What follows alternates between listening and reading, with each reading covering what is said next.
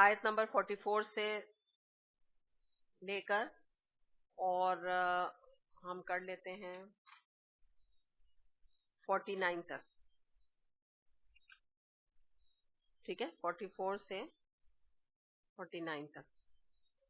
ثم ارسلنا رسلنا تترى كلما جاء امة رسولها كذبوه فاتبعنا بعضهم بعضا وجعلناهم احاديث فبعدا لقوم لا يؤمنون.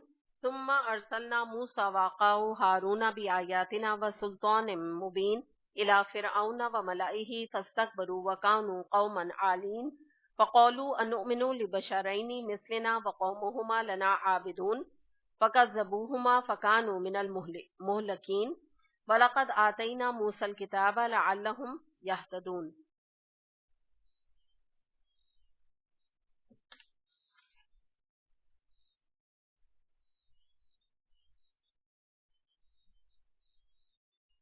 اچھا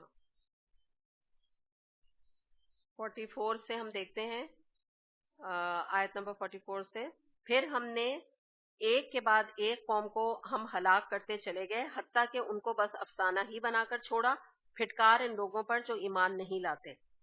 پھر ہم نے موسیٰ اور اس کے بھائی ہارون علیہ السلام کو اپنی نشانیاں اور کھلی سند کے ساتھ فرعون اور اس کے آیان سلطنت کی طرف بھیجا، مگر انہوں نے تکبر کیا اور بڑے دور کی لی.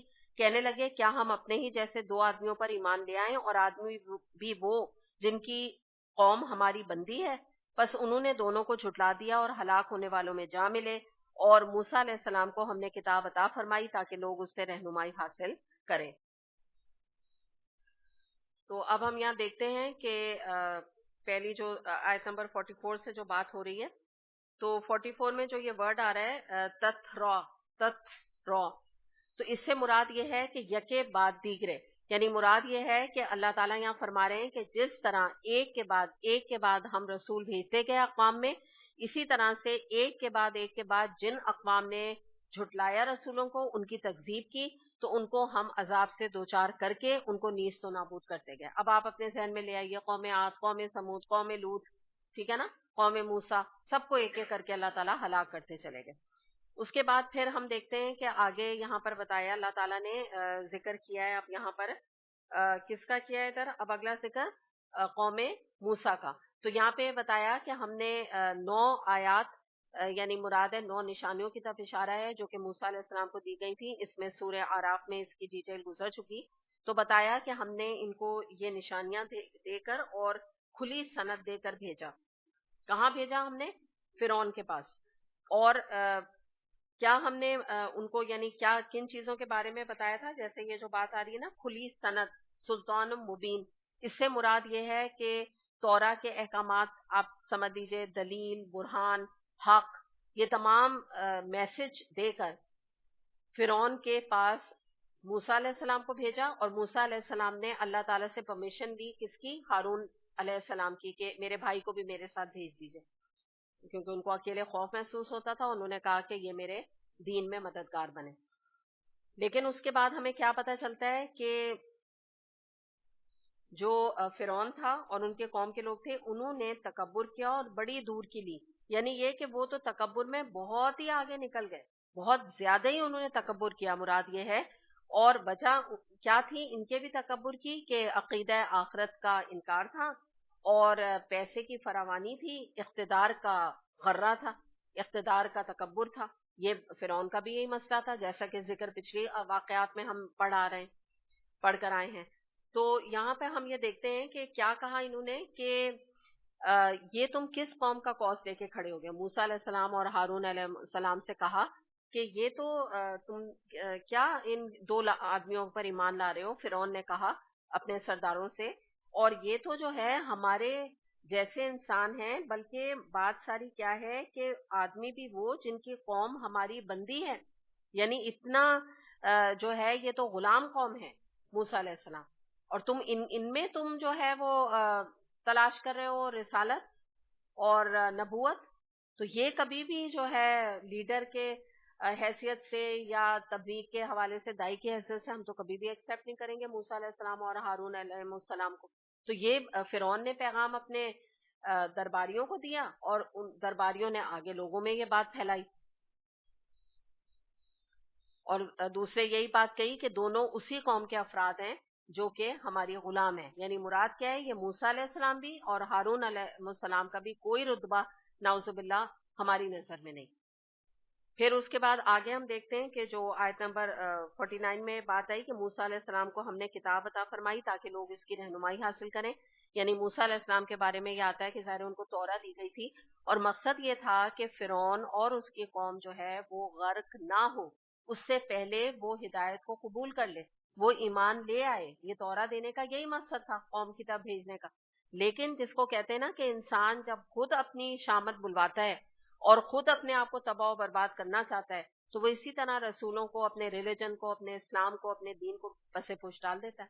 آج بھی یہ معاملہ ہے. اللہ تعالیٰ نعوذ باللہ نہیں چاہتے کہ ہم میں سے کوئی بھی جہنم میں جائے، لیکن جب انسان کی اپنی مت ماری جاتی ہے، جب اپنی خود شامت آتی ہے اس کی، تو وہ کیا کرتا ہے؟ وہ ایسے ہی اللہ کے پیغام کو جھٹلاتا ہے اور اپنی شامت خود بلواتا ہے، جیسا کہ یہاں فرعون نے کیا کہ بلا وجہ کا اعتراضات کر کر کے موسیٰ علیہ السلام اور ہارون علیہ السلام کی ایک نہ مان کے دی. آگے دیکھتے ہیں آیت نمبر 50. وَجَعَلْنَا ابْنَ مَرْيَمَ وَأُمَّهُ آيَةً وَآوَيْنَاهُمَا إِلَى رَبَّةٍ ذَاتِ قَرَارٍ وَمَعِينٍ. اور ابن مریم علیہ السلام اور ان کی ماں کو ہم نے ایک نشان بنایا اور ان کو ایک سطح مرتفع پر رکھا. آپ سمجھے کہ ایک اونچے مقام پر رکھا جو اطمینان کی جگہ تھی اور چشمے اس میں جاری تھے.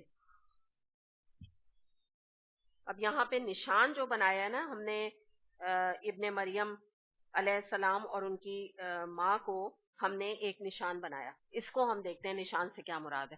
نشانی یہ ہے کہ عیسیٰ علیہ السلام کی ولادت بغیر والد کے بھی ہم جانتے ہیں، تو اللہ تعالیٰ نے ایک اپنی قدرت کی نشانی پورے دنیا میں چھوڑی اس بات کی نا کہ بہت ہی حیران کن آپ سمجھ لیجئے کہ ایک پیدائش تھی. بالکل اس طریقے سے تھوڑا سا اس کو اور ہم پھیلائیں، اگر اس کی تفسیر میں جائیں تو ہمیں پتہ چلے گا کہ آدم علیہ السلام کو بغیر ماں باپ کے اللہ تعالیٰ نے پیدا کیا، یہ بھی ایک نشانی تھی. بی بی حوا کو بغیر کسی مادہ کے، بغیر کسی ان کی ماں کے آدم علیہ السلام کی پسلی سے پیدا کیا، یہ بھی ایک انہونی پیدائش تھی، ہے نا. یہ تمام جو ہم دیکھ رہے ہیں. پھر ان سے آگے انسانوں کا کہ آپ سمجھ لیجئے کہ پیدائش ہوتی چلی گئی یعنی کہ آدم اور علیہ السلام اور بی بی حوا سے. تو یہاں یہی بات بتائی جا رہی ہے کہ اللہ تعالیٰ فرما رہے ہیں کہ ہم نے اس طرح سے ایک نشانی بنایا، یعنی مختلف پیدائشیں جو اللہ تعالیٰ نے دنیا میں رکھی وہ یہ نشانیاں تھیں. اور پھر یہ بتایا کہ ہم نے مریم علیہ السلام کا مقام بہت ہی اونچے رکھا. اور یہ جو بات آ رہی ہے نا کہ وہ جو اطمینان کی جگہ اور چشمے اس میں جاری تھے، اس سے اشارہ اس واقعے کی طرف ہے جب عیسیٰ علیہ السلام کی ولادت ہوئی تھی. اور اگر آپ کو یاد ہو، ہم یہ پہلے پڑھ آئے ہیں کہ اس میں ہم نے یہ پڑھا تھا کہ مریم علیہ السلام کے پیروں کے نیچے سے جب وہ حالت درد میں تھیں اور پین کی حالت میں تھیں، اولاد سے عیسیٰ علیہ السلام جب پیدا ہونے والے تھے، تو نیچے ایک اللہ تعالیٰ نے ایک چشمہ جاری کر دیا تھا. اس طرف اشارہ ہے ولادت کی طرف کہ یہ اللہ تعالیٰ نے یہ احسانات کیے مریم علیہ السلام پہ، ان کے مقام کو اتنا اونچا کیا، ایک نشانی ان کے طور پہ دی. یہ نعوذ باللہ مریم علیہ السلام کے ساتھ کوئی اللہ تعالیٰ نے زیادتی نہیں کی کہ جیسے عام طور پہ جو جیوز نے پھیلا دیا کہ عیسیٰ علیہ السلام نعوذ باللہ ولد الزنا تھے، اللیجٹمیٹ بچے تھے. تو یہاں اللہ تعالیٰ نے گواہی دی ہے کہ ہم نے ایک نشانی بنایا عیسیٰ علیہ السلام کی ولادت کو، اور اتنے اونچا مقام ہم نے عطا کیا ہے مریم علیہ السلام کو جس وقت وہ عیسیٰ علیہ السلام کو جنم دے رہی. آگے دیکھتے ہیں آیت نمبر 51. یا ایھا الرسول کلوا من الطیبات وَاعْمَلُوا صَالِحًا إِنِّي بِمَا تَعْمَلُونَ عَلِيمٌ. اے پیغمبر کھاؤ پاک چیزیں اور عمل کرو صالح، تم جو کچھ بھی کرتے ہو میں اس کو خوب جانتا ہوں. اب یہاں پہ ذکر کیا جا رہا ہے طیبات کا. طیبات سے مراد ہے پاکیزہ کھانا، لذت بخش کھانا اور حلال کھانا. ٹھیک ہے، جب بھی آپ کبھی دیکھیں یہ ورڈ قرآن میں آتا ہے اکثر تو میں اس کو کلیئر کر سکتی ہوں.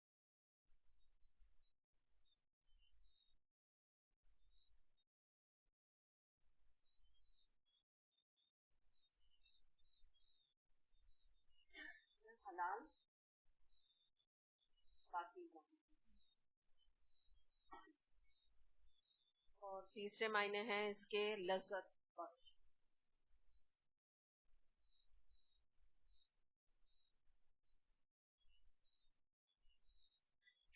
اس کو اب ہم دیکھتے ہیں کہ مراد یہ ہے کہ آپ اس کے کوئی بھی معنی کریں نا تو معنی پلٹ کے آگے پیچھے سیم آتے ہیں. اس طرح سے جیسے ہم اس کو دیکھتے ہیں کہ دیکھیں اللہ تعالیٰ نے ہر پاکیزہ چیز حلال قرار دی, اور ہر حلال چیز پاکیزہ بھی ہے, لذت بخش بھی ہے. اور جو خبیث چیزیں, جو کہ آپ سمجھ لیجئے کہ گندی چیزیں, تو جو بھی گندی چیزیں طیب کا اپوزٹ ہے خبیث, تو جو بھی گندی چیزیں اگر آپ دیکھیں تو وہ حرام ہے, بالکل آپ اس کا اپوزٹ کرتے جائیں. ان کے اندر ناپاک بھی ہیں وہ, ٹھیک ہے, ناپاک ہیں, حرام ہیں, اور ساتھ میں کیا ہے, اس کے اندر مزہ بھی نہیں. مثال کے طور پہ اس کی مثال ہم حرام چیزوں کی لیتے ہیں کہ پگ کا گوشت اور شراب, دونوں چیزیں بدمزہ ہیں. تو یہ اس سے یہاں پہ مراد ہے. پھر اس کے بعد جو بات یہاں بتائی جا رہی ہے کہ عمل صالح کرو, ٹھیک ہے. ایک طرف اللہ تعالیٰ کہہ رہے ہیں کہ تم پاکیزہ چیزیں کھاؤ اور عمل صالح کرو, تو یہ کیسی بات ہے, کھاؤ اور عمل کرو, دونوں کا کیا تعلق ہے؟ تو ہمیں پتہ چلتا ہے کہ بڑا گہرا تعلق ہے. پہلی بات یہ سمجھ لیں کہ عمل صالح سے مراد ہے کہ وہ عمل جو آپ کو اچھی طرح رٹ گیا ہوگا کہ قرآن اور سنت کے حساب سے عمل. تو ہمیں یہاں پتہ چل رہا ہے کہ ہر وہ عمل صالح ہے جو قرآن اور سنت کے مطابق ہے. ہر اچھا کام جسے لوگ اچھا کہیں وہ عمل صالح نہیں ہو سکتا, کیونکہ بدعت بھی لوگ اچھا عمل کہہ کے ہی کر رہے ہوتے ہیں. مثال کے طور پہ 40واں کر رہے ہیں, تیجا کر رہے ہیں, عید میلاد النبی منا رہے ہیں, یا مثال کے طور پہ 40واں کر رہے ہیں, یا واٹ ایور جو کچھ بھی بدعات ہمارے معاشرے میں رائج ہیں, تو وہ بھی تو یہی سوچ کے کرتے ہیں نا, اچھا عمل سمجھ کے. تو عمل صالح قرآن اور حدیث کے مطابق عمل ہے.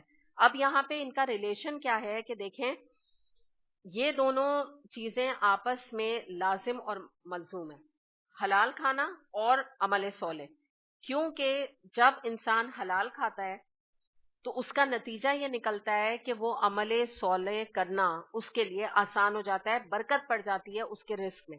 جب وہ سود نہیں لیتا, جب وہ پگ کا گوشت نہیں کھاتا, جب وہ شراب نہیں پیتا, تو یہ برکت پیدا ہوتی ہے کہ وہ اس کو عمل صالح نیک کام کرنا آسان ہو جاتا ہے حلال کھانے سے. دوسری طرح دیکھیں, جب انسان عمل صالح کرتا ہے, نیک اعمال کرتا ہے, قرآن اور حدیث کے مطابق عمل کرتا ہے, قرآن اور حدیث میں کیا پتا چلا اسے, شراب حرام ہے, سود حرام ہے, پگ کا گوشت حرام ہے, بغیر ذبیحہ کا گوشت حلال نہیں اسلامی لحاظ سے اگر نہ کیا گیا ہو. تو جب یہ باتیں وہ عمل کرتا ہے, ان باتوں پہ عمل صالح کرتا ہے, تو وہ خود بخود حلال کے اوپر آمادہ ہو جاتا ہے, وہ خود بخود قناعت اختیار کرتا ہے.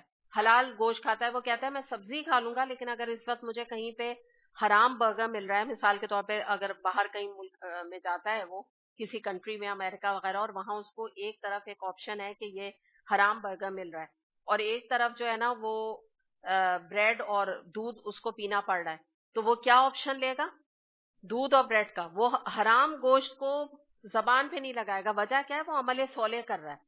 تو دونوں چیزوں کا تعلق ایک دوسرے سے بڑا ہی کنیکٹڈ ہے, آپس میں جوائنٹ ہے یہ تعلق.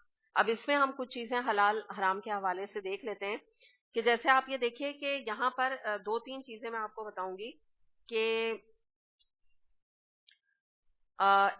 یہ تو میں نے ویسے جو آپ کو ایک ڈیفینیشن دی نا, اس کی آپ ایک اور طریقے سے ہم اس کو بات کو سمجھتے ہیں, ٹھیک ہے, یہ بتا دوں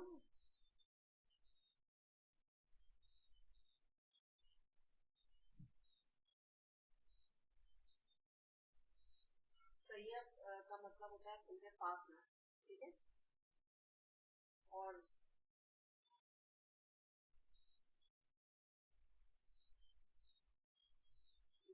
ابھی ہم نے جو بات کی تھی نا, ہم نے کہا تھا یہ تینوں چیزیں آئیڈیلسٹک سچویشن میں ایک ہونی چاہیے, یہ ہم نے بات کی تھی نا. اب ہم ذرا اس کو ایک اور اینگل سے دیکھتے ہیں. دیکھیے جیسے ہم ابھی بات کرتے ہیں نا پگ کے گوشت کی, وہ تو وداؤٹ اینی ڈاؤٹ قرآن اور حدیث سے ثابت ہوتا ہے کہ وہ ناپاک گوشت ہے, حرام گوشت ہے, خبیث گوشت ہے, جو کہ اپوزٹ ہے پاک کا. اچھا, اب کچھ چیزیں میں آپ کے سامنے رکھتی ہوں. سگریٹ کا پینا, مثال کے طور پہ مکھیوں والی ٹھیلے کی چاٹ, مکھیوں سے بھرا ہوا گنے کا رس یا نیمبو کا رس, مکھیاں بیٹھ رہی ہیں اس کے اوپر, یا گندا کھانا, یا پولیوٹڈ پانی جس میں کہ آپ کو مٹی نظر آ رہی, ٹھیک ہے. یہ جو کیٹیگری ہے نا جو میں نے ابھی آپ کے سامنے رکھی, اس کو ہم تھوڑا سمجھتے ہیں. یہ ایک اور اینگل ہے جو مفسرین نے کیا ہے کہ یہ چیزیں جو ہے نا یہ پاک اور طیب تو نہیں ہے, ٹھیک ہے, لیکن حلال, ٹھیک ہے. تو یہ ایک اینگل ہے جو میں آپ کے سامنے رکھنا چاہ رہی ہوں کہ یہ جو چیز ہے یہ اچھا نہیں ہے کھانا. ظاہر ہے یہ ہمارے اندر جا کے ہمارے لیے جو ہے نقصان دہ ثابت ہوں گی ہماری صحت کے لیے, اور یعنی ڈاکٹر کے بھی جانے کا ذریعہ بنے گی, ہاسپٹلائزڈ ہونے کا ذریعہ بنے گی, تو ہمارے لیے صحیح تو نہیں ہے, لیکن یہ حلال ہے. بس یہ بات آپ تھوڑا سا ایک اینگل سمجھ لیجیے بات کو. تو جب ہم مسلمانوں کو دیکھتے ہیں تو ان کے اندر نہ پریسٹ اور راہبوں کی طرح مونسٹک وے آف جو لائف ہوتی ہے اس کی طرح نہ تو وہ پاکیزہ رزق کو حرام کرتا ہے ایک مسلمان جو ہوتا ہے, اور نہ وہ دنیا پرست کی طرح ہر حرام ہو چاہے حلال ہو اس کی تمیز کیے بغیر ہر کھانے کے اوپر پل پڑتا ہے. تو اس کے بیچ کا بیلنس رویہ مسلمان اختیار کرتا ہے, ٹھیک ہے نا. جیسے میں نے آپ کو بتایا کہ اگر باہر کے کنٹری میں جاتا ہے آپشن ہوتا ہے, اس کو پیٹ بھرنے سے مطلب ہے اور حلال سے مطلب ہے. پیٹ بھرنا بھی تو ضروری ہے نا, تو وہ حلال سے ہی بھرے گا. تو یہ ایک ایٹیٹیوڈ ہوتا ہے مسلمان کا. اس کے بعد پھر ہم کچھ دیکھ لیتے ہیں احادیث ہم دیکھتے ہیں جس سے ہمیں پتہ چلتا ہے کہ حلال کمائی کی برکت کے حوالے سے کہ داؤد علیہ السلام کے بارے میں آتا ہے, صحیح بخاری میں حدیث ہے کہ داؤد علیہ السلام اپنے ہاتھ کی کمائی سے کھاتے تھے. پھر نبی کریم صلی اللہ علیہ وسلم کے بارے میں آتا ہے کہ یہ بھی صحیح بخاری کی حدیث ہے کہ نبی کریم صلی اللہ علیہ وسلم نے فرمایا کہ ہر نبی نے بکریاں چرائی ہیں, میں بھی اہل مکہ کی بکریاں چند قیرات کے عوض میں چراتا رہا ہوں. یعنی حلال کمائی کے لیے چند قیرات کیا, یعنی چند ٹکے چند پیسے میرے ہاتھ آتے تھے, لیکن میں نے کبھی حرام کمائی نہیں کی کہ میرے پیسے بڑھ جائیں, کہ مجھے کوئی فائدہ مل جائے, چاہے چند پیسے ملے لیکن میں نے حلال کام کیا. تو یہاں پہ حلال کام کی بھی اہمیت پتہ چل رہی ہے. مراد یہ ہے کہ ایک اسلامی معاشرے میں اگر کوئی انٹرسٹ یا سود کے ذریعے سے پیسے کما رہا ہے, دھوکہ دہی سے پیسے کما رہا ہے, یا کوئی ڈکیٹیاں کر کر کے مال جمع کر رہا ہے اور کہہ رہا ہے ہم کیا کریں, ہم غریب ہیں تو پھر ہم لوٹے نا لوگوں کو, تو پھر کیا کریں. یہ جو طریقہ نکالا ہے نا آج لوگوں نے, چوریاں کر رہے ہیں, رشوتیں لے رہے ہیں اور لوٹ مار کر رہے ہیں, کھڑے کھڑے لوگوں کو موبائل چھین لیے, کچھ نہیں تو اس طرح کی جو بھی چیزیں ہمیں معاشرے میں نظر آ رہی ہیں, تو یہ تمام چیزیں چاہے کتنا ہی پیسہ اس سے کما کے انسان دنیاوی لحاظ سے ایک کامیاب انسان یا ایک امیر انسان بن جائے, لیکن اللہ کی نظر میں ایسے شخص کی کوئی وقت کوئی اہمیت نہیں ہے جو حرام کام کر کے پیسہ کمائے. جیسے کل بھی ہم نے بات کی تھی نا, کامیابی کا معیار ہم نے دیکھا تھا, تو کامیابی کا یہ معیار اللہ کی نظر میں ایسا شخص کامیاب نہیں, اس سے زیادہ ناکام کوئی انسان نہیں ہوگا. پھر ہمیں ایک اور نبی کریم صلی اللہ علیہ وسلم کی حدیث ملتی ہے جس میں ہمیں پتہ چلتا ہے کہ آپ نے فرمایا کہ اللہ تعالیٰ حرام کمائی کرنے والے کا نہ صدقہ قبول فرماتا ہے نہ ہی دعا قبول فرماتا ہے. اسے مسلم نے روایت کیا. صدقہ بھی قبول نہیں ہوتا سود لینے والے حرام کمائی کا, اور نہ ہی جو ہے دعا قبول ہوتی ہے ایسے انسان کی. ایک اور حدیث سے بات کو ہم سمجھتے ہیں. رسول اللہ صلی اللہ علیہ وسلم نے فرمایا ایک شخص لمبا سفر کر کے غبار آلود اور پراگندہ ہو کر آتا ہے, آسمان کی طرف ہاتھ اٹھا کے دعائیں مانگتا ہے, یا رب یا رب, مگر حال یہ ہے کہ اس کی روٹی حرام, اس کے کپڑے حرام اور جسم اس کے حرام سے پلا ہوا, اب کس طرح سے اللہ تعالیٰ ایسے شخص کی دعا قبول کرے. اسے مسلم نے روایت کی. تو بہت ہی ڈرنے کی بات ہے کہ حرام پیسے سے حج پہ بھی اگر جائے گا آدمی تو وہ اس حدیث کے مطابق نیو بورن بچے کی طرح, نئے پیدا شدہ بچے کی طرح واپس نہیں آئے گا جو کہ حرام مال اپنے اوپر لگا کر جائے گا. تو اتنی اہمیت ہے حلال مال کے کمانے کی. دوسرے یہاں پر رک کے ایک اور اینگل سے آپ کے سامنے میں بات رکھتی ہوں, اس کو بھی یاد رکھیں, بہت امپورٹنٹ بات ہے. دیکھیں ہوتا یہ ہے کہ جو لوگ حرام پیسے میں ڈیل کرتے ہیں, جو ابھی ہم نے دیکھی ہے نا سب چیزیں, یہ ابھی ہم نے دیکھی ڈکیٹی, چوری, دھوکہ دہی, دھوکہ سے لوگوں کا پیسہ مار لینا, رشوت ہو گیا, سود ہو گیا, انٹرسٹ ہو گیا. سیکنڈلی حرام پیسہ کیسے ہوتا ہے کہ انسان کے اوپر واجب ہے کہ وہ اپنی زکوٰۃ ادا کرے, زکوٰۃ نہیں ادا کی, ٹھیک ہے, پیسہ جو غریبوں کا حق تھا وہ بھی مار لیا.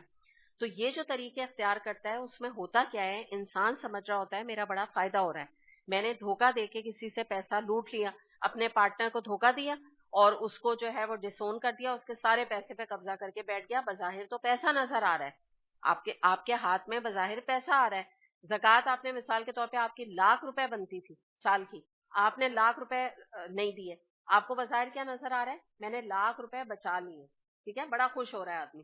حقیقت کیا ہوتی ہے, یاد رکھیے گا, اس کو اپنے ذہن میں بٹھا لیجیے کہ یہ جتنا حرام پیسہ ہے, یہ جتنا زکوٰۃ کو بچا کر اور غریبوں کا حق مارا ہوا پیسہ ہے, یہ زندگی میں بے برکتیاں, بیماریاں, مصیبتیں, ایکسیڈنٹس اور آزمائشیں لے کر آتا ہے. ایسی ایسی پریشانیاں انسان کا مقدر بنتی ہیں کہ انسان سوچ بھی نہیں سکتا. تو حلال رزق میں برکت ہے. اللہ تعالیٰ کم پیسے کو زیادہ بڑھا دیتا ہے. بالکل ایسا ہوتا ہے کہ اینڈ میں تنخواہ بچ گئی, اتنی بچ گئی کہ آپ نے غریب کی مدد تک کر دی, آپ کی 10 ضروریات آپ کی بھی پوری ہو گئی, آپ نے کسی اور کی بھی کر دی. دوسرے جو یہ پیسہ حلال کا ہوتا ہے, اس میں سکون ہوتا ہے, اللہ تعالیٰ کی تائید ہوتی ہے, اللہ تعالیٰ کی رضا شامل ہوتی ہے. اور اس کے برعکس جو میں ابھی بات کر رہی ہوں کہ حرام کا پیسہ, ناجائز پیسہ یا رشوت کا پیسہ, سود کا پیسہ, اس میں کیا ہوتا ہے, میں مثال دے کے آپ کو بتاؤں کہ جیسے انسان بڑا خوش ہوا, میں نے 1 لاکھ روپے سود مجھے ملا ہے, ٹھیک ہے, 1 لاکھ کا ہاتھ آئے اپنے پیسے بینک میں رکھوا کے, اور سیکنڈ میں کیا کیا, اس کی ایک شخص نے کیا کیا, 1 لاکھ زکوٰۃ نہیں دی. اب کیا ہوگا کہ اچانک کوئی بیماری آ گئی, 1 لاکھ روپے بچائے تھے نا, اس بیماری سے ہاسپٹلائز ہوا, 1.5 لاکھ روپے کا بل بنا.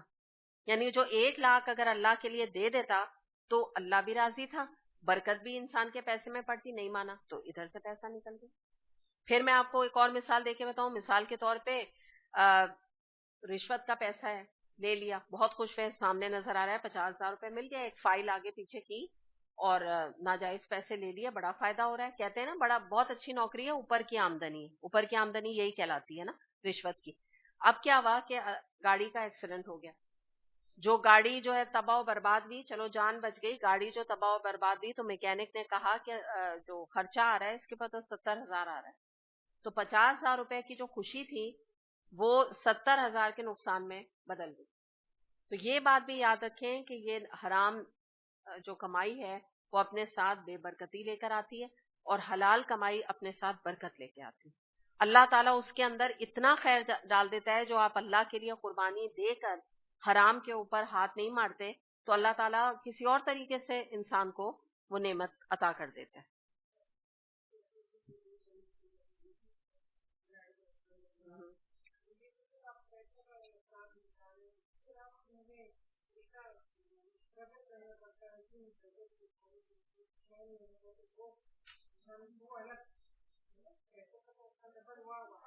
ہاں, آپ کی آپ نہیں ٹھیک کچھ نہیں, جو چوٹیں اگر فرض کے لیے آئیں, اگر فرض کے لیے اللہ نہ کرے ٹانگ چلی گئی, وہ الگ ہے. بالکل بالکل صحیح بات ہے کہ جو اس کے ساتھ جو تکلیفیں ہیں وہ الگ ہیں جسمانی, یہ تو پیسے کا نقصان ہے, اور اس کے ساتھ جسمانی تکالیف واقعی الگ ہیں, وہ مصیبتیں الگ ہیں.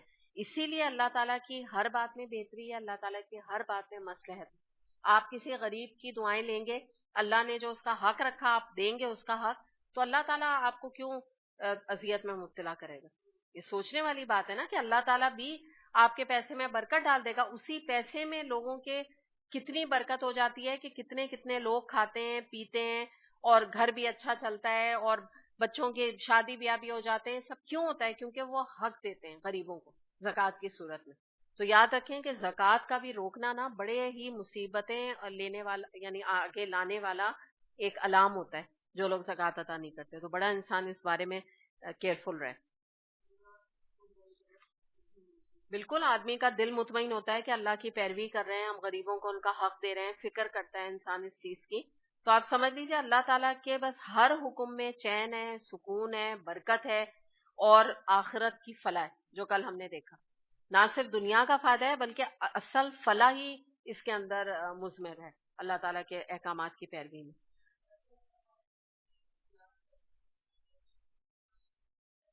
بالکل الحمدللہ, کیونکہ اگر آپ برکت کو ویسے دیکھیں, آپ کو ڈکشنری میں اس کی میننگ آپ کو کچھ سمجھ نہیں آئے گی. مطلب کیا, بڑھ جانا, بڑھوتری, کیا کیا بڑھوتری, کچھ نہیں سمجھ آتا نا. کیونکہ میں نے ابھی آپ کو بتایا نا, آپ کو لگ رہا ہے کہ پیسے کا تو آپ کے ہاتھ سے جا رہے ہیں, آپ جب زکوٰۃ دے رہی ہیں آپ کا دل کٹ رہا ہے, 1 لاکھ روپے میں زکوٰۃ دو زیوروں کی.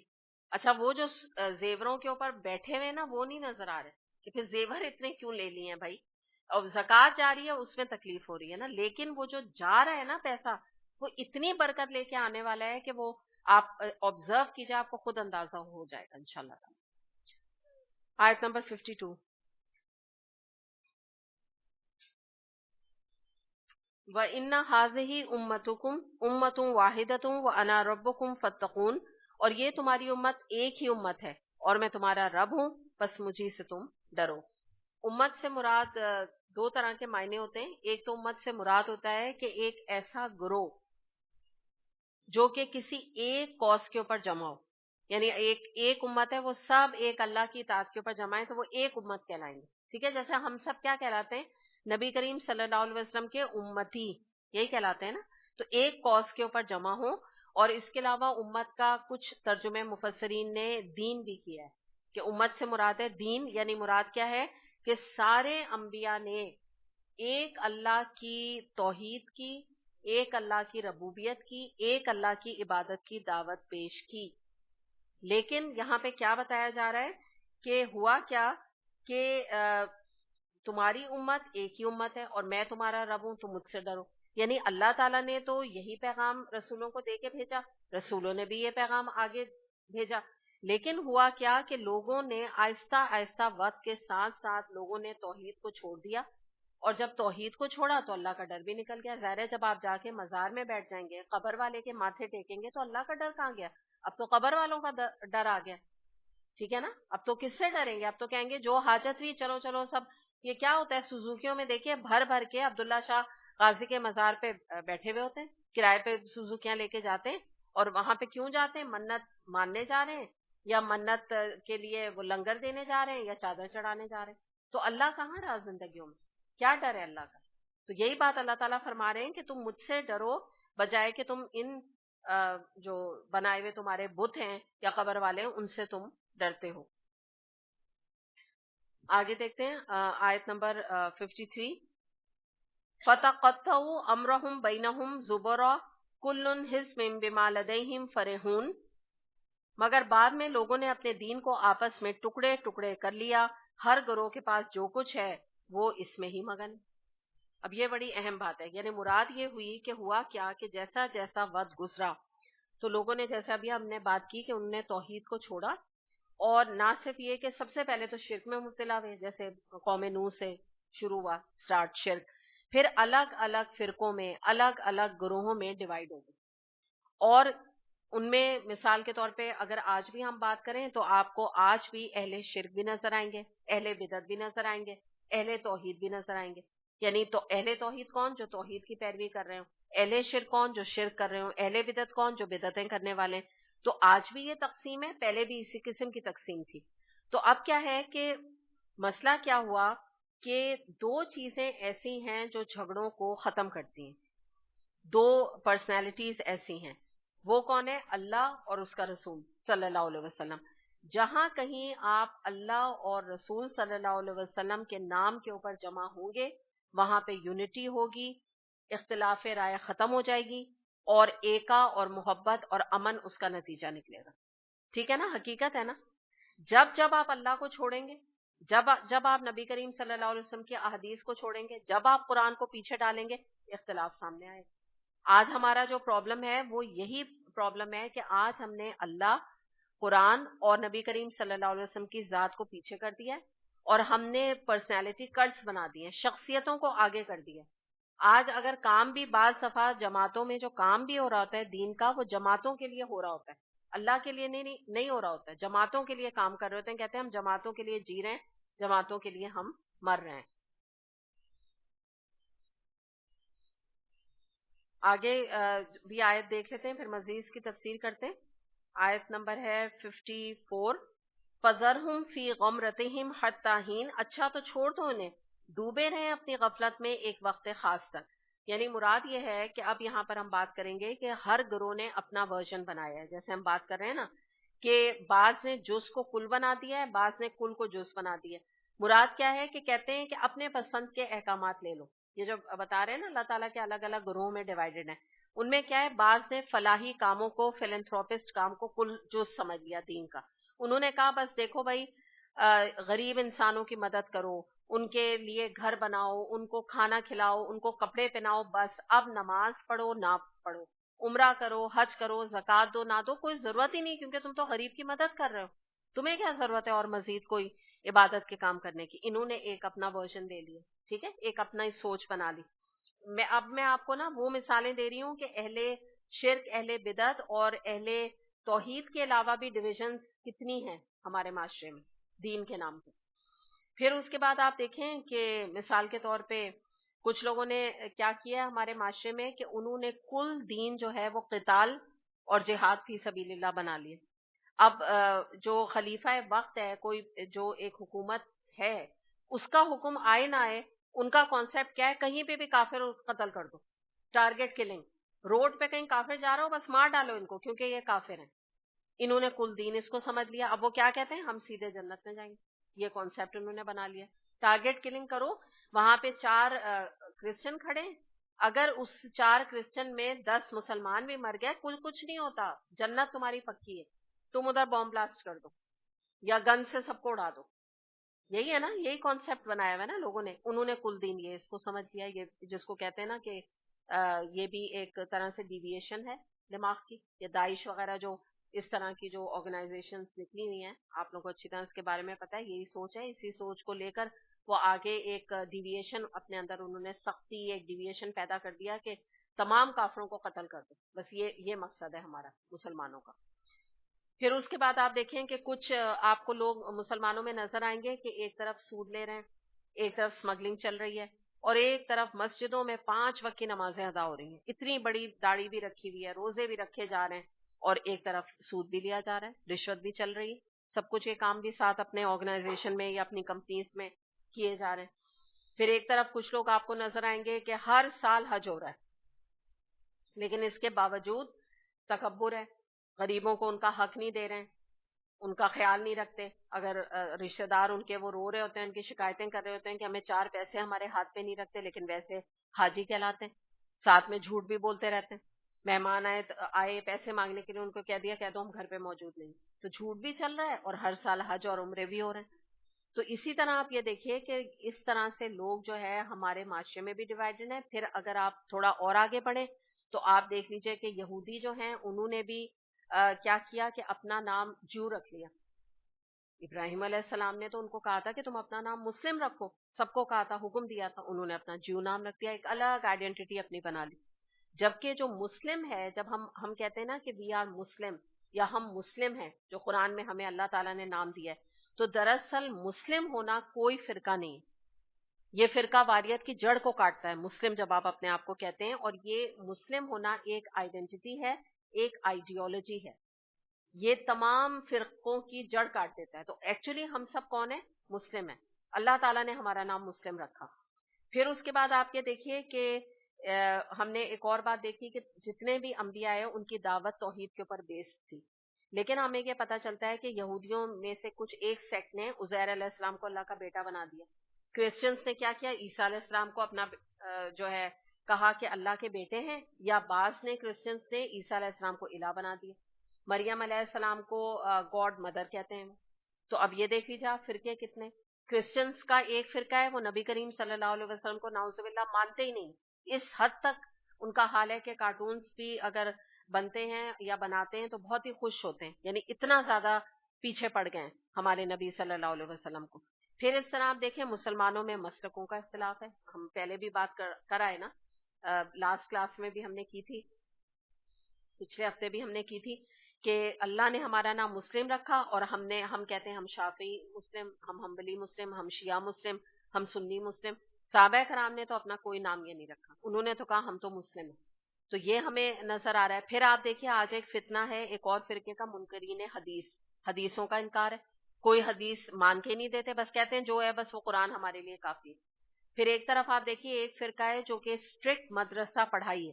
وہاں پہ کیا حال ہے کہ ان کے پاس ٹھیک ہے، بہت اچھی بات ہے کہ مدرسوں میں بچوں کو پڑھاتے ہیں، لیکن کیا ہے، روح نہیں ہے. مراد کیا ہے؟ بچوں کو زنجیروں سے مار رہے ہیں، بچوں کو جو ہے وہ ڈنڈوں سے مارتے ہیں.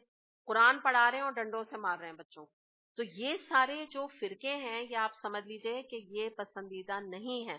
اللہ تعالیٰ کو یہ فرقے بازی پسند نہیں ہے.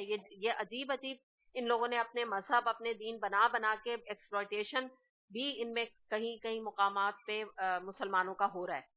بچوں کا کیا قصور ہے اگر وہ قرآن پڑھنے آئے ہیں اور اگر وہ ویک ہیں اور ان کا دماغ اتنا کام نہیں کر رہا ہے تو یہ طریقہ تھوڑی ہے کہ ان کو مار مار کے ان کی چمڑی جو ہے وہ توڑ دی جائے, اتار دی جائے, ہڈیاں توڑ دی جائیں.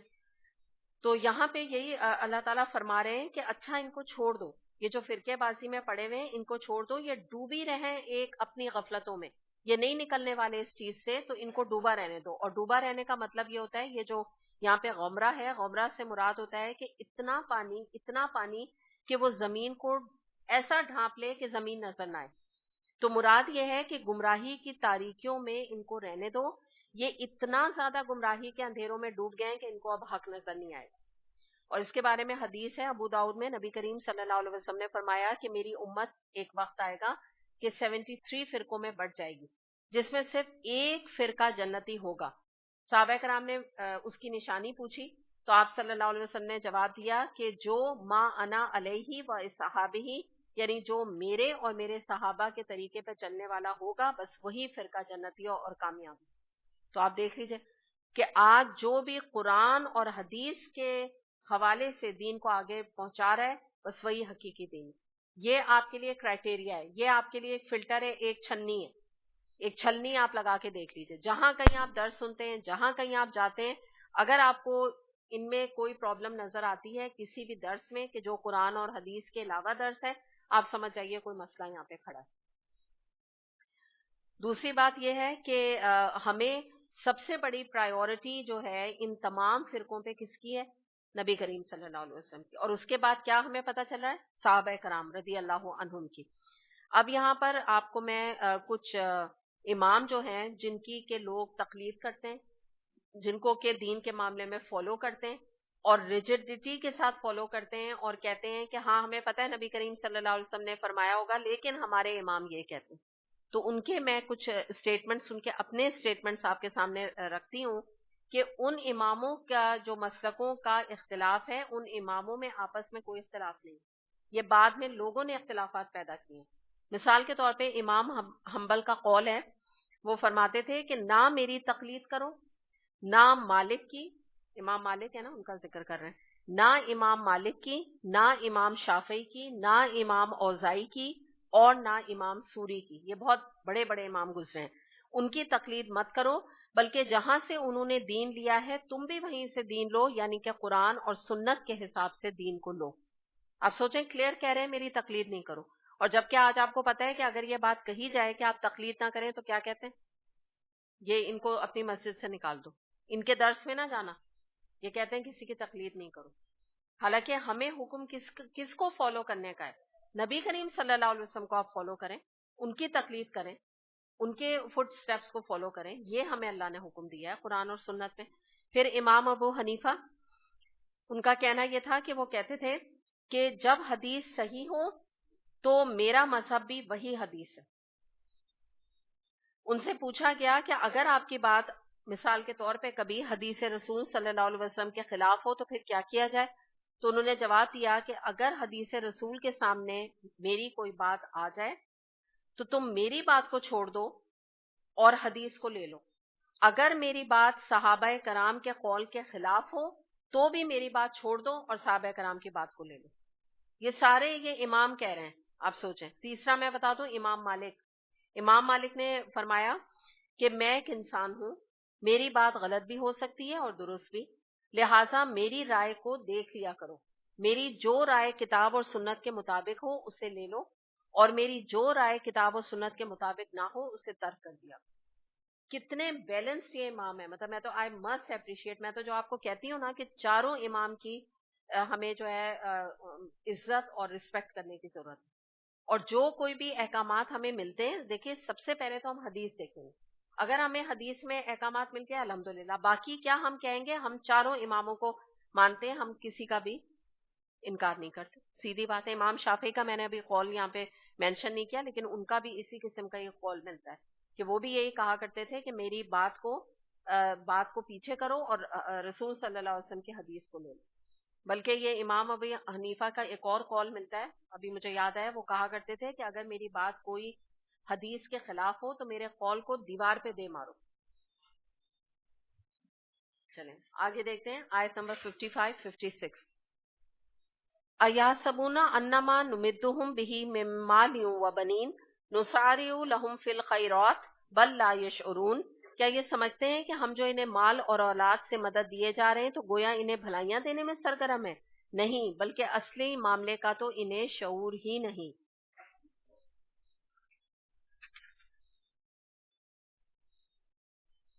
اچھا یہ تھوڑا سا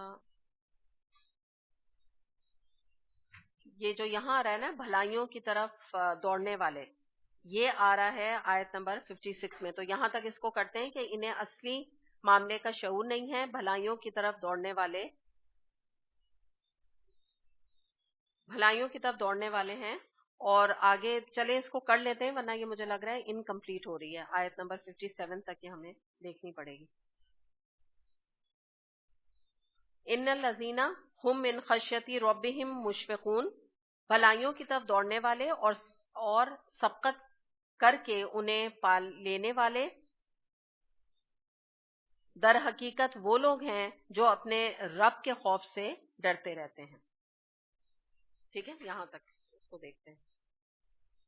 اب یہاں دیکھتے ہیں کہ سب سے پہلے تو ہم یہاں اللہ تعالیٰ فرما رہے ہیں کہ ہم نے جو انہیں مال اور اولاد سے مدد دے رہے ہیں، یعنی کفار کا ذکر کیا جا رہا ہے کہ کفار کو مال بھی بہت ملا ہوا تھا، دولت بھی بہت ملی ہوئی تھی، تو اس لیے ان کو ایک خوش فہمی میں وہ مبتلا ہو گئے جو کہ ٹھیٹ مشرکانہ مینٹیلٹی تھی، ٹھیٹ کافرانہ مینٹیلٹی تھی، کہ وہ یہ سوچتے تھے کہ ہم سے اللہ راضی ہے تبھی تو ہمیں نواز رہا ہے. ہمیشہ یہ سوچ کافروں کی اور مشرکین کی رہی. تو یہاں پہ یہ بتایا جا رہا ہے، اللہ تعالیٰ فرما رہے ہیں کہ ہم جو مشرکین کی نعمتوں میں اور مالوں میں اضافہ کر رہے ہیں تو وہ یہ سمجھ رہے ہیں کہ ہم ان سے بڑا راضی ہیں، تم ان کو نعمتوں پہ نعمتیں دیے جا رہے ہیں. اصل بات کا ان کو شعور نہیں ہے. اصل بات کیا ہے جو اللہ تعالیٰ فرما رہے ہیں؟ ڈھیل دے رہے ہیں. بالکل اصل بات یہ ہے کہ اللہ تعالیٰ ان کو ڈھیل دے رہے ہیں، ان کو شعور ہی نہیں.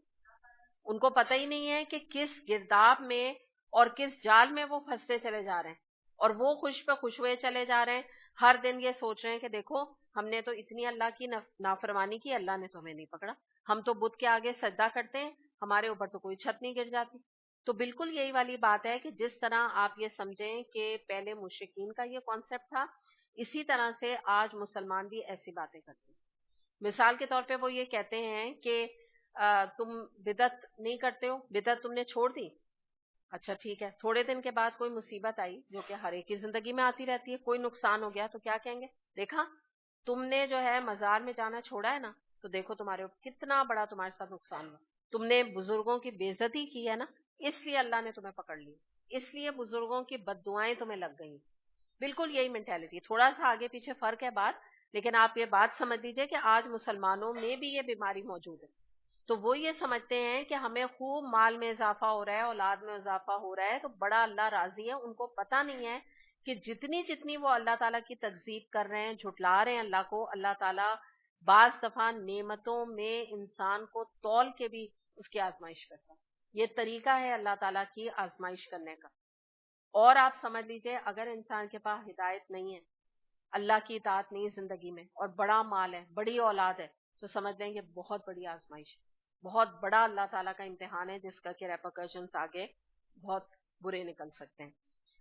سورہ الانعام آیت نمبر 44 میں آتا ہے کہ پھر جب وہ لوگ ان چیزوں کو بھولے رہے جن کی ان کو نصیحت کی جاتی تھی تو ہم نے ان پر ہر طرح کے دروازے کشادہ کر دیے، یہاں تک کہ جب ان چیزوں پر جو کہ ان کو ملی تھیں وہ خوب اترا گئے تو ہم نے ان کو اچانک پکڑ لیا، پھر تو وہ بالکل مایوس ہو گئے.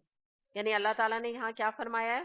یہ آتی ہے سورہ انعام آیت نمبر 44 کی بات، کہ اس میں اللہ تعالیٰ فرما رہے ہیں کہ جب ان کو نصیحت کی جاتی تھی تو یہ اللہ کی ایک طرح سے حق کو یا اللہ کی بات کو بھولے رہتے تھے. تو اللہ تعالیٰ نے ان کے لیے ہر دنیا کشادہ کر دی، سارے ان کے لیے دروازہ کشادہ کر دیے، کھول دیے، تو وہ خوب اترا گئے پھر. ٹھیک ہے، تو اللہ تعالیٰ نے طریقہ بتایا ہے، یہاں پہ بتایا ہے کہ ہم نے ان کو نعمتیں دے کے پکڑ رہے ہیں. ہم ان کو اتنی نعمتیں دی کہ وہ تکبر میں مبتلا ہو گئے، اور اس کے بعد اللہ تعالیٰ فرما رہے ہیں کہ ہم نے ان کو اچانک پکڑا، پھر وہ مایوس ہو گئے. مایوس کیا ہو گئے کہ کہنے لگے او اچھا ہم تو سمجھے تھے اللہ تعالیٰ جو ہمیں اتنی نعمتیں دے رہا ہے تو ہم اللہ کے بڑے پسندیدہ بندے ہیں، یہ تو اللہ تعالیٰ نے ہمیں پکڑ لیا۔ تو بالکل یہی بات ان مسلمانوں کے ساتھ بھی ہوگی جو آج یہ سمجھتے ہیں کہ اگر اللہ تعالیٰ بھی ہمیں نعمتیں دے رہا ہے اور اللہ تعالیٰ بھی ہمیں خوب آزمائشوں سے بچا رہا ہے اور ہمارے اوپر کوئی آزمائشیں نہیں آتی ہیں تو اللہ بڑا ہم سے راضی۔ لیکن قیامت کے دن ان کو بہت بڑا شوق ملے گا جب وہ یہ دیکھیں گے کہ جب ان کی پکڑ آئے گی تو وہ کہیں گے کہ ہم تو بڑے دنیا میں بڑی غلط فہمی کا شکار رہے، کیونکہ بعض لوگوں کو آپ دیکھیں کہ اتنی پیسوں کی فراوانی، اتنی دولت کی فراوانی، اولاد بھی اچھی، صحت مند، کوئی مصیبتیں نہیں، کچھ نہیں، تو کیا ہوتا ہے کہ وہ یہ سوچنے لگتے ہیں کہ اللہ تعالیٰ مجھ سے راضی ہے یا مجھے رب کی ضرورت نہیں۔ میں نے آپ کو پچھلی کلاس میں بتایا تھا نا کہ ایک آدمی نے یہ بات کہی تھی کہ مجھے تو رب کی ضرورت ہی نہیں ہے، کیونکہ میرے تو زندگی میں کوئی کمی بیشی ہے ہی نہیں جس کی میں دعا کروں۔ تو یہ بھی اللہ تعالیٰ کا آزمانے کا ایک طریقہ ہے جس کو قانون استدراج کہتے ہیں، کہ اللہ تعالیٰ ڈھیل دیتا ہے، دیتا جاتا دیتا، پھر جب اللہ تعالیٰ پکڑے گا تو ایسی پکڑ ہوگی کہ انسان کو پتہ لگ جائے گا۔ دوسری بات کیا ہے کہ یاد کیا رکھنا ہے ہمیں، جو مال و اولاد کا اللہ تعالیٰ نے ذکر کیا ہے، ایک مسلمان کی حیثیت سے ہمیں اپنے آپ کو مال میں اور اولاد میں اتنا نہیں ڈبو کے رکھنا ہے کہ ان کی یاد اور ان کی محبت ہمیں اللہ ہی سے غافل کر دے، ہم اللہ ہی کو یاد کرنا بھول جائیں، اور اپنے بچوں کو صرف اچھے گریڈ، صرف اچھے کریئر کے لیے، اور بیٹیوں کو صرف شادی کے لیے نہ پالیں، بلکہ ان کی آخرت کی فکر کریں، اپنے پیچھے سوچیں، فکر کریں کہ میں صدقہ جاریہ چھوڑ کے جا رہی ہوں یا گناہ جاریہ، اس کی ہمیں فکر کرنے کی ضرورت ہے، اور اس کی تمنا کرنے کی ضرورت ہے، دعائیں کرنے کی ضرورت ہے، اس کے لیے اپنا وقت لگانے کی ضرورت ہے اپنی اولاد کے ساتھ کہ ہم ان کو کیا تربیت دے رہے ہیں۔ اور یہ جو کانسیپٹ ہے نا کہ بچوں کو کریئر کے لیے پالو، بچوں کو پیسے کے لیے پالو، یہ تو ٹھیٹ ویسٹرن کانسیپٹ ہے، یہ تو ویسٹرن سوچ ہے کہ بچے کا پیدا ہونے کا مقصد ہی یہی ہے کہ بس یہ پڑھے لکھے، کریئر بنائے اور پیسہ کمائے، اپنے پیروں پہ کھڑا ہو جائے، بس یہ کانسیپٹ ویسٹ میں ہوتا ہے۔ 17-18 سال کے بچے کو وہ گھر سے ویسے بھی نکال دیتے ہیں، کہتے ہیں اب تم انڈیپینڈنٹ ہو، اپنا کماؤ، اپنا کھاؤ، بس اس حد تک ان کی ریلیشن شپ اپنی اولاد کے ساتھ ہوتی ہے، اور یہی وہ اپنے بچوں کو تعلیم دیتے ہیں کہ یہ تمہارا جینے کا مقصد ہے، کیونکہ چرچ میں جو پریسٹ بیٹھے ہوئے ہیں وہ ان کا کام ہے عبادت کرنا، اور چرچوں میں جا جا کے وہ ان کی دعائیں اور پریئرز پڑھنا، تمہارا کام تھوڑی، تم کام کرو۔ جیسا کہ سورہ کہف کے آیت نمبر 46 میں آتا ہے، المال والبنون زینت الحیات الدنیا، یہ مال اور اولاد تو دنیاوی زندگی کی ہنگامی آرائش ہے، یعنی یہ تو دنیا کی آرائش ہے، یہ تمہارا امتحان ہے، مال بھی اور اولاد بھی، ٹھیک ہے نعمت ہے لیکن لائبلٹی بھی ہے، اگر تم نے اس کو، اپنی اولاد کو اور مال کو اللہ کی نافرمانی میں لگایا تو اس کے ریپرکشنز بہت سخت، نہ صرف تم برباد ہوگے بلکہ ساتھ میں تمہاری اولاد بھی خسارہ اللہ نہ کرے پانے والی ہوگی۔ آگے دیکھتے ہیں آیت نمبر 58 سے اور 60 تک۔ اچھا میں نا 57 کو نا دوبارہ پڑھ رہی ہوں کیونکہ اس کی تفسیر پھر آگے دوبارہ سے کروں گی میں۔ 56 سے، نساریع لہم فی الخیرات بل لا یشعرون ان الذین ہم من خشیۃ ربہم مشفقون والذین ہم بآیات ربہم یؤمنون والذین ہم بربہم لا یشرکون والذین یؤتون ما آتوا وقلوبہم وجلۃ انہم الی ربہم راجعون۔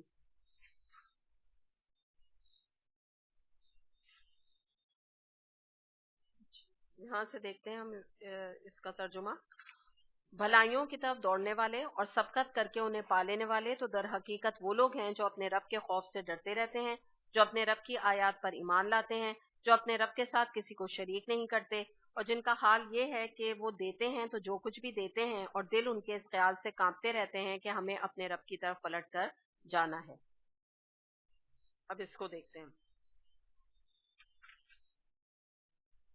پہلے تو بات یہاں پر آ رہی ہے کہ یہ لوگ جو ہیں بھلائیوں کی طرف دوڑنے والے لوگ اور ان میں سبقت کر کے پا لینے والے لوگ وہ ہیں جو کہ حقیقت میں اپنے رب کے خوف سے ڈرتے رہتے ہیں، یعنی یہ ان کے اندر نا دو کوالٹیز پائی جاتی ہیں۔ پہلی کوالٹی ہم نے کیا دیکھی کہ ایک تو یہ آپ نے وہ سنا ہے فاستبقوا الخیرات، قرآن کی آیت ہے نا کہ بھلائیوں کی طرف یہ آگے بڑھنے والے ہیں، ٹھیک ہے, یہ اس کا میں تھوڑا سمجھا دوں تھوڑا سا.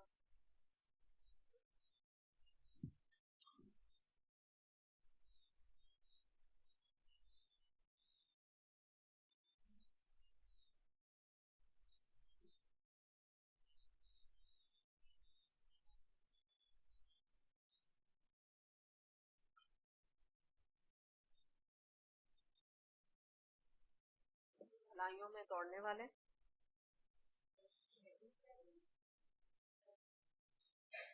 بس سابق الخیرات کہتے ہیں. نہیں, آپ آیت پوچھ رہی ہیں, یہ آیت کون سی؟ ابھی بتاتی ہوں, ابھی میں اس پہ ایکسپلین کروں گی.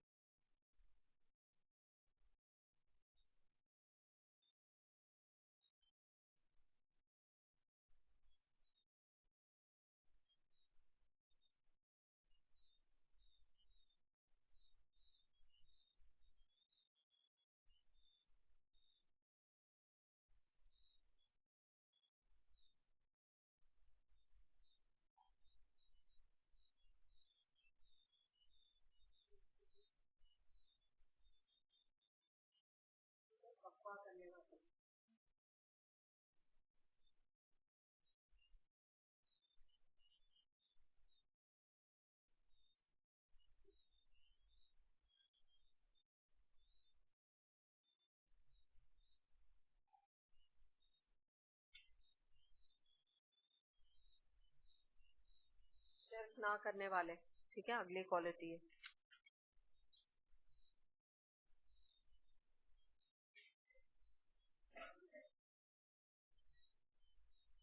آپ کو نظر نہیں آئے گا, انفاق کرنے والے, آگے آپ لکھ دیجیے گا, ٹھیک ہے, انفاق کرنے والے.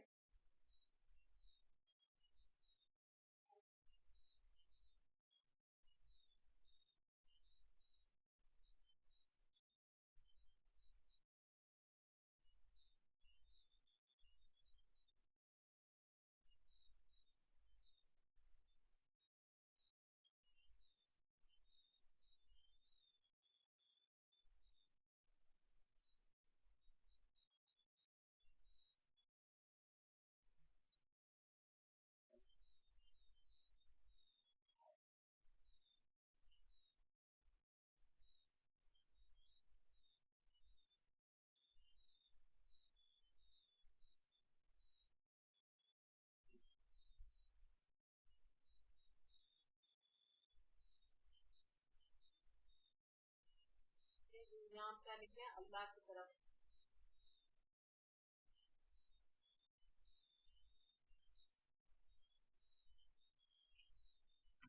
ٹھیک ہے, یہ کچھ کوالٹیز ہیں.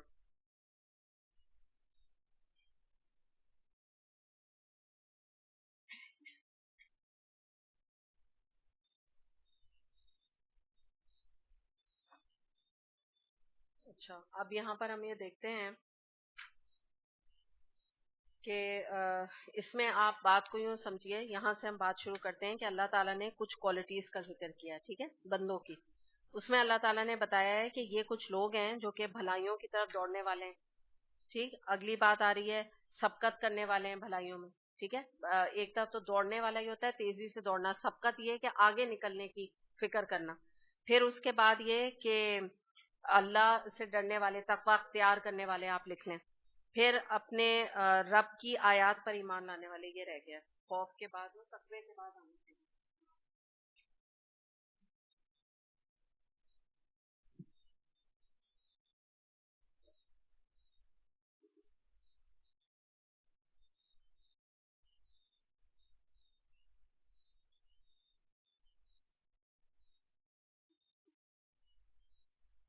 یہ نا آپ چاہے یوں لکھیں, اللہ کی آیات.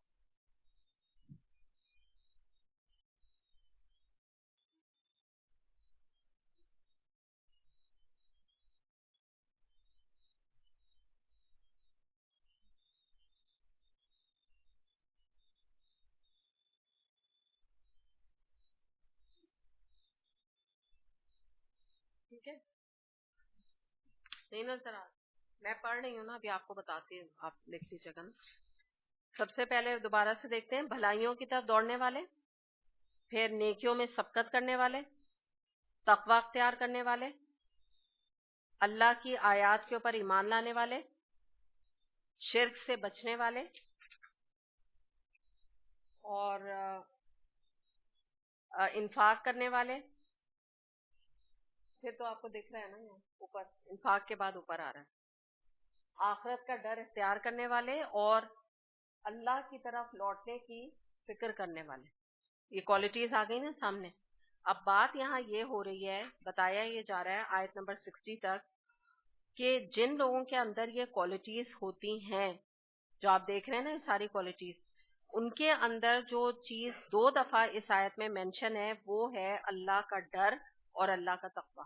آپ دیکھیے یہاں پہ لکھا ہوا ہے والذین هم بآیات ربهم یؤمنون، اور اس سے پہلے آ رہا ہے ایمان لاتے ہیں، اور اس سے پہلے آ رہا ہے من خشیت ربهم مشفقون، وہ اللہ کے رب کے خوف سے ڈرتے ہیں. رب کا خوف کا بھی ذکر ہے اور پھر یہ بھی آ رہا ہے کہ ڈرتے ہیں. 2 جگہ خوف کا ذکر ہے. اور اس کے بعد پھر آپ آیت نمبر 60 میں دیکھیں، آ رہا ہے وَقُلُوبُهُمْ وَجِلَةٌ، اور دل ان کے اس خیال سے کانپتے رہتے ہیں. 3 طرح سے پلٹ پلٹ کے ذکر کس چیز کا ہو رہا ہے؟ تقوی کا ہو رہا ہے. ٹھیک ہے، یہ بات سمجھیے. خاص طور پہ یہ جو آیت ہے نا، آیت نمبر 57، یہ بہت امپورٹنٹ ہے. یہ جو بات آ رہی ہے نا کہ یہ وہ لوگ ہیں جو اپنے رب کے خوف سے ڈرتے رہتے ہیں. یہ بھی تو ہو سکتا تھا وہ اپنے رب کا خوف اختیار کرتے ہیں. رب کے خوف سے ڈرتے رہتے ہیں، کنٹینیوسلی ڈرتے رہتے ہیں. ہر وقت ان کے ذہن پہ اللہ کا تقوی، اللہ کا ڈر رہتا ہے ذہن میں. ٹھیک ہے. اور پھر اس کے بعد دوبارہ سے یہ بات آ رہی ہے کہ قلوبہم وجلۃ، دل ان کے اس خیال سے کانپتے رہتے ہیں. یہ جو ہے نا آخرت کا ڈر اختیار کرنے والے، کہ دل ان کے اس خیال سے بھی کانپتے رہتے ہیں، ڈر ان کو لگتا رہتا ہے کہ واپس لوٹ کے ان کو جانا ہے. آپ چاہے یہاں پہ آخرت لکھے نہ لکھیں، آخرت کی میرا خیال ہے ضرورت ہے، بس آپ جنرل لکھیے اللہ کا ڈر اختیار کرنے والے. ٹھیک ہے، وہ زیادہ